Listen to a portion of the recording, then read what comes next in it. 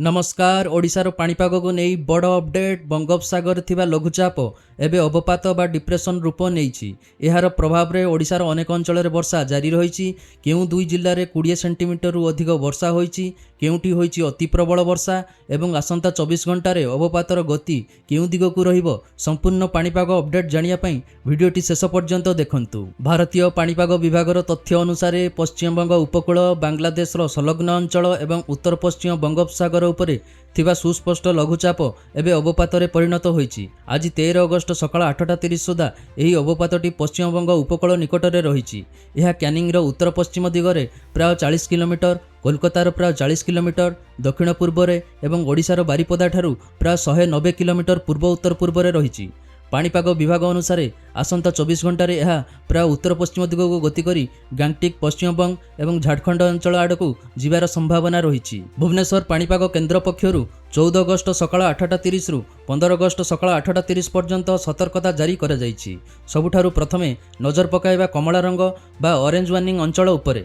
सुंदरगढ़, झारसुगुड़ा, संबलपुर, देवगढ़ एवं बरगढ़ अंचल केतक स्थान में भारी अति भारी वर्षा हेबार संभावना रही। यह अंचल घड़घड़ी सह वर्षा एवं वज्रपातर आशंका रही। विशेषकर मैप्रे देखा जाउथुवा वज्रपातर संकेत थिबा अंचल गुड़िक लोक मैंने अधिक सतर्क रहिबा आवश्यक। एबे हलदिया रंग बा येलो वार्निंग अंचल को आसीबा। मयूरभंज, बालेश्वर, केन्दुझर, बलांगीर, सोनपुर, बौद्ध, अनुगुल एवं नुआपड़ा भली अंचल केतक स्थान में भारी वर्षा हो पारे।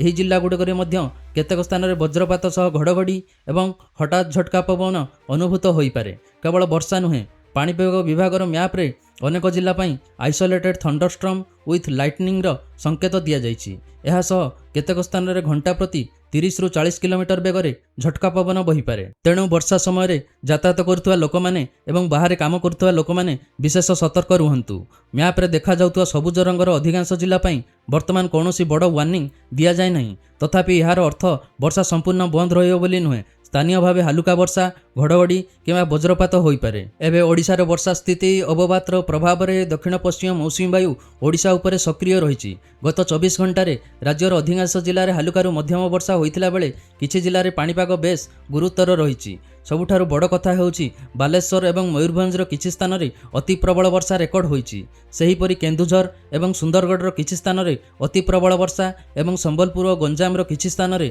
प्रबल वर्षा होइछि। सबुठारु अधिक वर्षा केउठी होइछि चलंतु जानिबा। गत 24 घंटार वर्षार बड़ रेकर्ड करा जाइछि। बालेश्वर जिलार भोगराई रे सर्वाधिक 24 सेंटीमीटर वर्षा रेकर्ड होइछि। एहा परे मयूरभंजर सामाखुंटारे 23 सेंटीमीटर एवं बारिपदारे 21 सेंटीमीटर वर्षा होइछि। बालेश्वर राजघाट में 21 सेंटीमीटर वर्षा रेकर्ड होइछि। यापर बालेश्वर NH5 गोविंदपुर रे 19 सेंटीमीटर, मयूरभंजर बांगिरीपोशी रे 17 सेंटीमीटर, बालेश्वर 17 सेंटीमीटर एवं मयूरभंजर बेतनटी रे 17 सेंटीमीटर वर्षा होइछि। बालेश्वर जलेश्वर रे 16 सेंटीमीटर एवं मयूरभंजर अनेक स्थान समेत केन्दुझर और सुंदरगढ़ किछि स्थान में 10 रु 13 सेंटीमीटर पर्यंत वर्षा रेकर्ड होइछि। अर्थात उत्तर ओडिशा रे अवपातर प्रभाव स्पष्ट भाव देखा जाउछि।